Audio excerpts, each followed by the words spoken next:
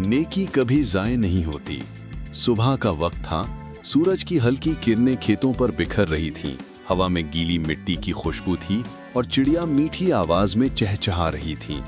गांव चक हाशिम के लोग अपने रोजमर्रा के कामों में मसरूफ थे। एक छोटी सी झोंपड़ी के बाहर बाबा रहमत बैठे थे, लकड़ी के जूते बना रहे थे। उनके चेहरे पर उम्र की लकीरें थीं, मगर आंखों में सुकून और मुस्कुराहट बसी हुई थी। एक दिन बाबा रहमत खेतों के रास्ते से गुजर रहे थे तो उन्हें एक कमजोर सा लड़का रास्ते के किनारे बैठा मिला।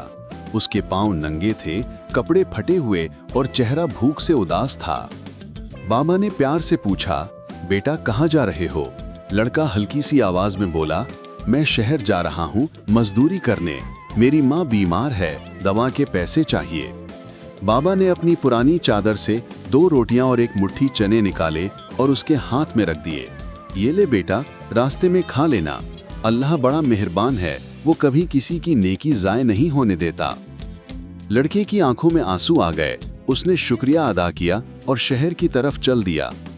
बाबा रहमत अपने काम में लग गए, मगर दिल में सुकून था। महीने गुजर गए।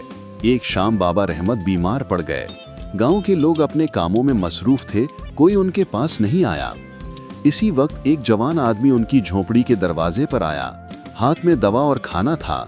उसने प्यार से कहा, बाबा जी, सालों पहले आपने एक भूखे लड़के को 2 रोटियां दी थीं, वो मैं ही था।